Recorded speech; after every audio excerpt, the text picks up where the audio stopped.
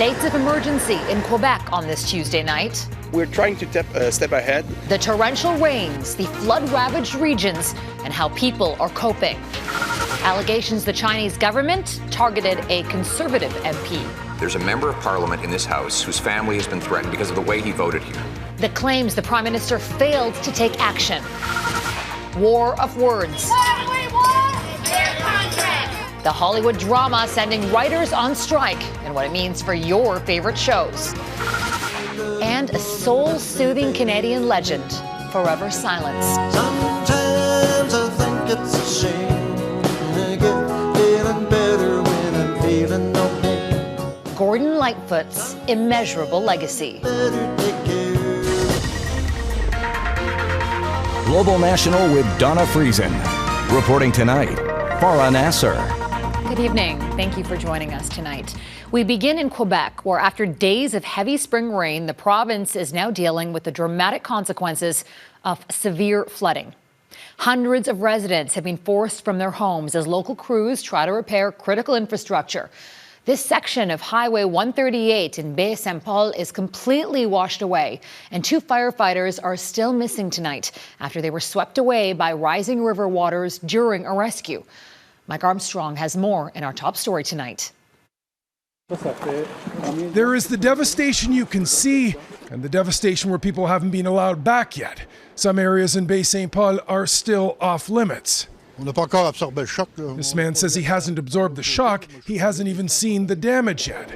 Locals say the water rose quickly. Places where people thought flooding would never be a problem were underwater in minutes. 2 firefighters are missing. They had just rescued 2 people, airlifting them to safety when they themselves were swept away. Les recherches sont en cours. Provincial police say searchers are in boats, in the air and on land, looking for the 2 men. Over 48 hours, the Charlevoix region was hit by 75 to 100 millimeters of rain. Higher terrain, where there was still melting snow, got even more. Everybody is secure right now, but we may have again some precipitation, some rain for the next 24 to 48 hours. Other regions have been hit hard as well. In Quebec's Lanaudière region, northeast of Montreal, culverts were swept away, damaging roads and cutting off some neighborhoods. Around Montreal, the rain came quicker than expected. Levels have been threatening for weeks. So far, the preparations have worked. The dikes are already built since 2 weeks. Sandbags are in. A lot of houses got their sandbags. So we are ready, but it's more than expected, that's for sure.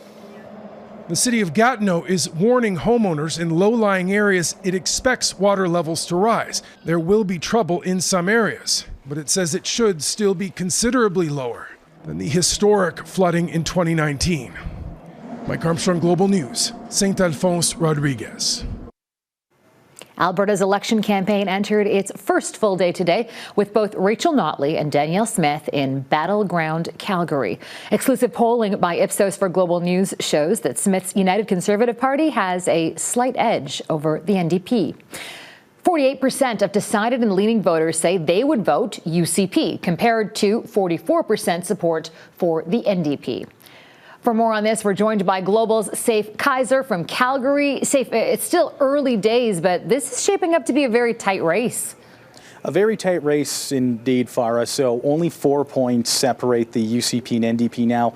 That's very stark contrast to the 2019 pre-writ draw polls we saw, where the UCP were much more ahead of the NDP. So pretty evenly matched this time around, while the NDP do have a stronghold in Edmonton, 11 points over the UCP there.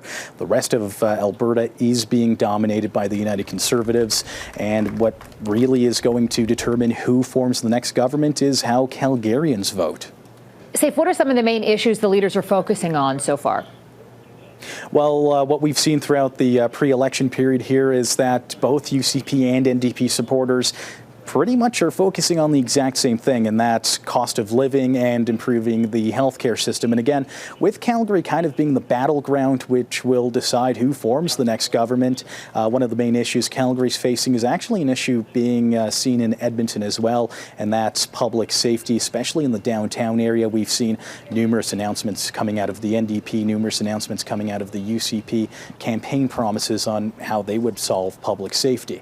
A couple of interesting points also highlighted in this poll that we're seeing here is the fact that while half of Albertans surveyed say it's time for a new party to take over, a third of Albertans surveyed say that they believe Danielle Smith has done a good job and deserves to be re-elected. And when we look at this sort of as a leader versus leader type situation, both Smith and Notley, again, evenly matched. 35% say Smith would make the better premier, while 35% say Notley would make the better premier. Farah? We'll see if that gap narrows in the coming weeks. Saif Kaiser in Calgary, thank you. Prime Minister Justin Trudeau said today he personally phoned a Conservative MP to reassure him and offer him a security briefing. This in the wake of revelations first reported by the Globe and Mail that Michael Chong was targeted by the Chinese government after he voted to condemn China's treatment of its Uyghur minority in February of 2021. The Prime Minister's government knew about it and did absolutely nothing. Why? That is simply not true. I spoke with a member for Wellington Halton Hills earlier today, ensured that he got a briefing from our top security officials to ensure that he gets all the information he needs. The Globe also reported, citing CSIS documents, that Chong's family members in Hong Kong were targeted by Beijing and that a diplomat here in Canada played a role in this alleged harassment. As our chief political correspondent David Akin explains, the explosive allegations dominated question period. Michael Chong rose to the applause of his colleagues. When was the public safety minister or his office first made aware that a PRC diplomat, Mr. Wei Zhou, was targeting me or my family? He found support from that minister. I want to express solidarity to him and to his family, and that we will continue to work with him and all parliamentarians to make sure that he and all parliamentarians get the support that they need. But neither Chong nor other opposition MPs got the answers they were looking for. This is a question of the gravest importance. There's a member of Parliament in this House whose family has been threatened because of the way he voted here.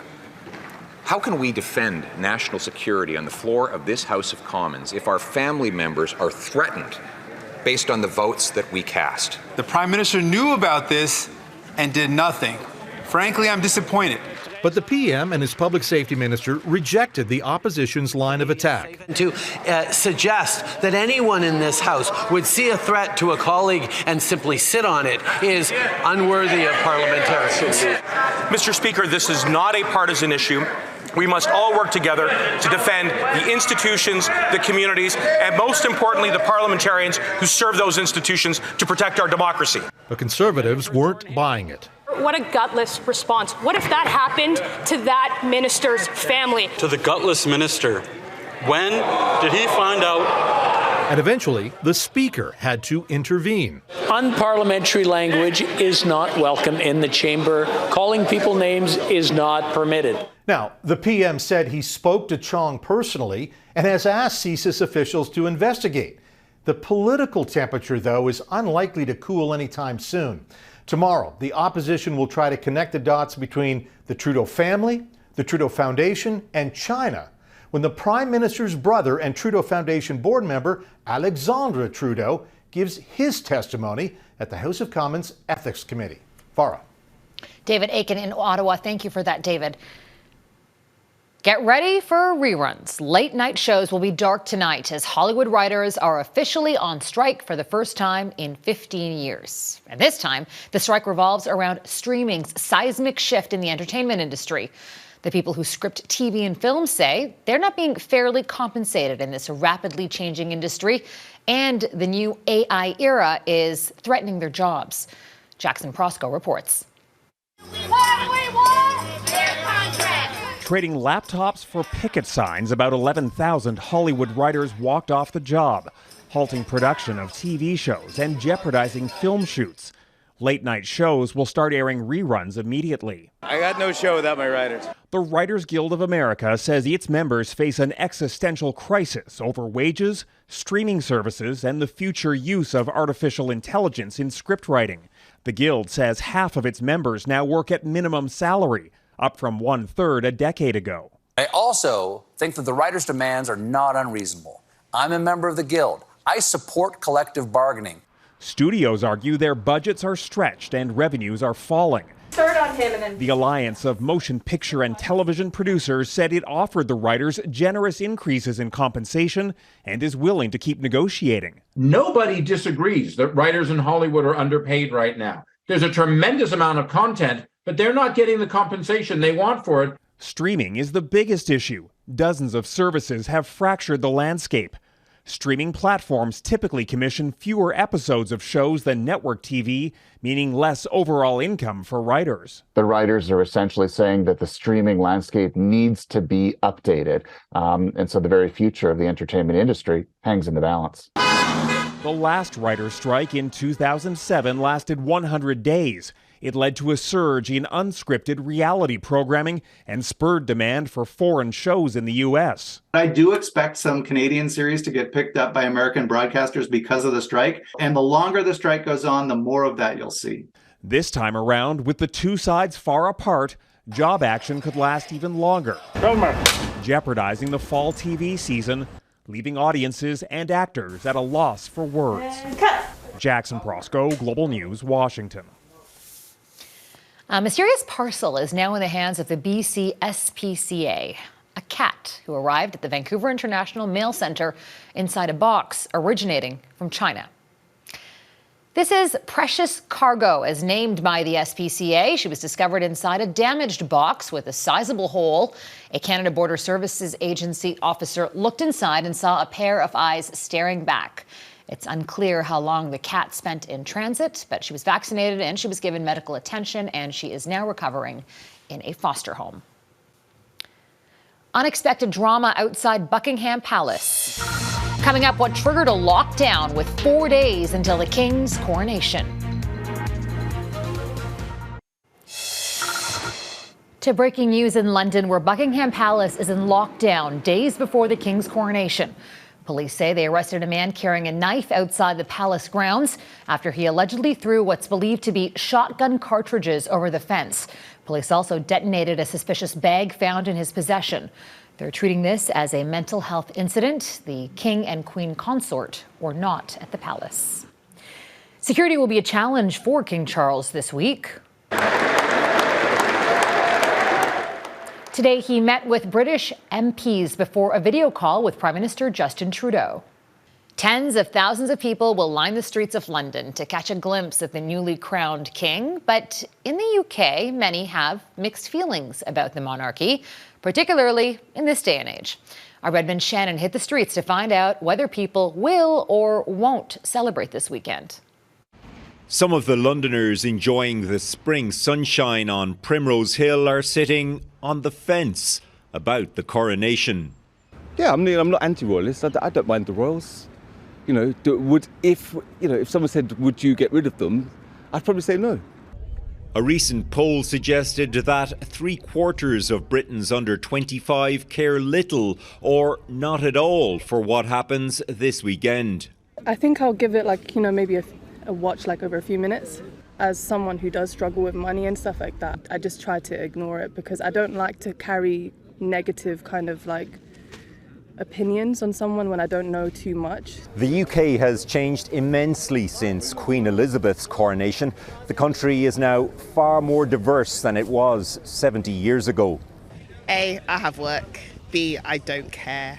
King Charles can do what he wants, I just don't care. The royals have no bearing on my life. They're just there for decoration, really. So, yeah, don't care what they do. I just wish they stopped spending taxpayers' money. Older immigrants I spoke with from former European colonies are more open to watching this weekend. Some are even forgiving about the painful past of crown and empire. It is something that's a long time ago.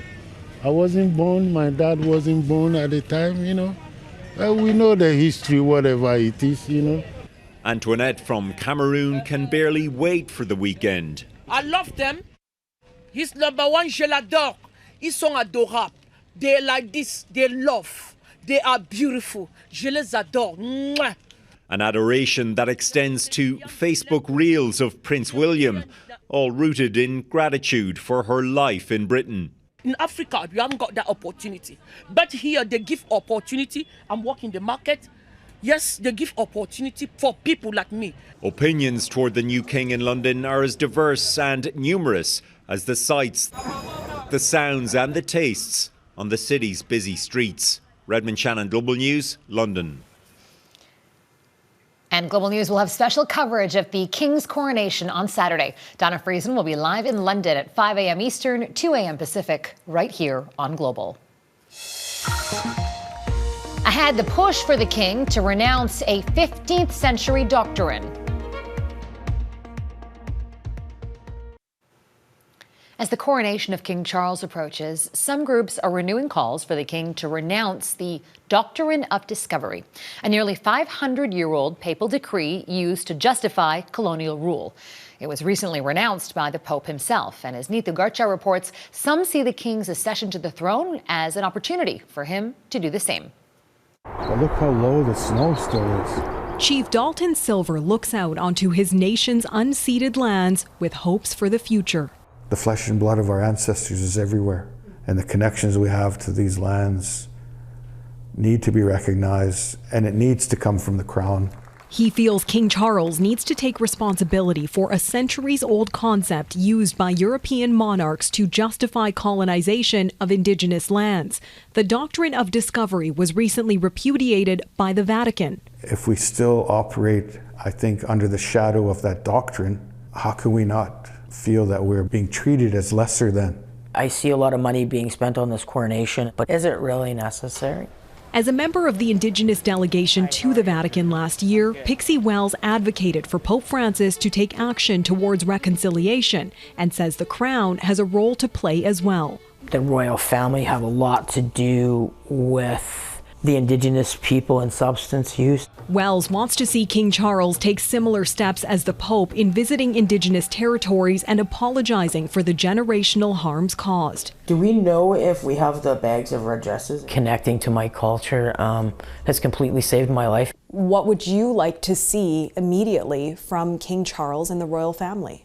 We need more cultural centers. Our people need housing. This is actually at his cottage. Robert Watt met then Prince Charles in 2016 as part of an Inuit group visiting Wales to learn about language preservation. For me, he was very genuinely interested. I just hope that he listens to what we are requesting. This is our land. That needs to be recognized. For Silver, a residential school survivor, it's a reckoning around the institutions of assimilation. The honor of the Crown is in question until we come to a place where we feel we're being treated equally. He says it's an important moment for the Crown to take leadership in advancing Indigenous rights, change which could shape the monarch's influence on communities like his for generations to come. Neetu Garcha, Global News, near Abbotsford, BC. And I will never be set free as long as I'm a ghost that you can't see. Next, the tributes pouring in for Canadian musician Gordon Lightfoot and a look back at his extraordinary life. What a tale you thoughts could tell, just like a babble. I want to take a moment first to remember Gordon Lightfoot, one of Canada's greatest songwriters and just an extraordinary Canadian icon. He loved this country with an incredible deep passion and was extraordinarily humble about it as well. Prime Minister Justin Trudeau paid tribute to Gordon Lightfoot today. The Canadian folk music legend died yesterday in a Toronto hospital. He was 84 years old. Lightfoot was one of a kind. His impact on music and other artists, immeasurable. His enduring hit songs and passionate storytelling created devoted fans from all around the world, And that has never stopped.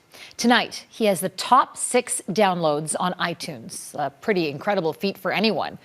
Mike Drolet now on the man who drew from his roots and became a legend. Here he is, Gordon Lightfoot. By 1969, Gordon Lightfoot was a bona fide star on both sides of the Atlantic. In the early morning rain. But he wasn't convinced.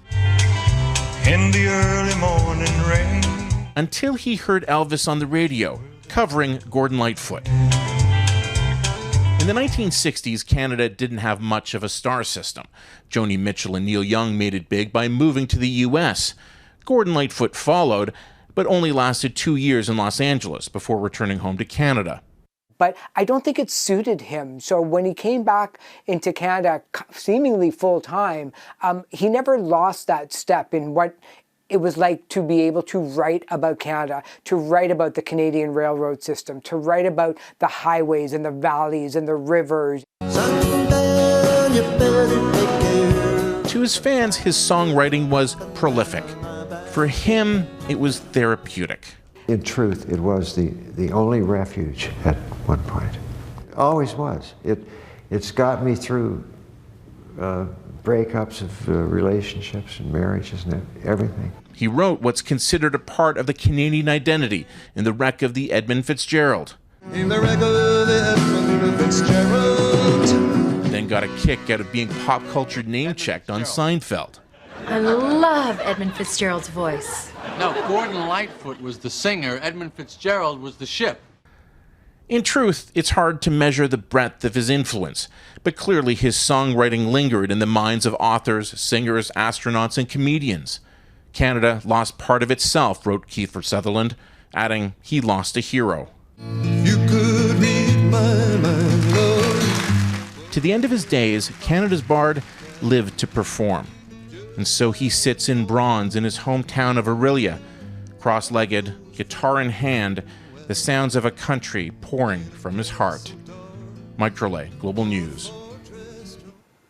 And that's Global National for this Tuesday night. That statue, which stands 4 meters high, is called Golden Leaves. It depicts lyrics from some of the singer's most beloved songs.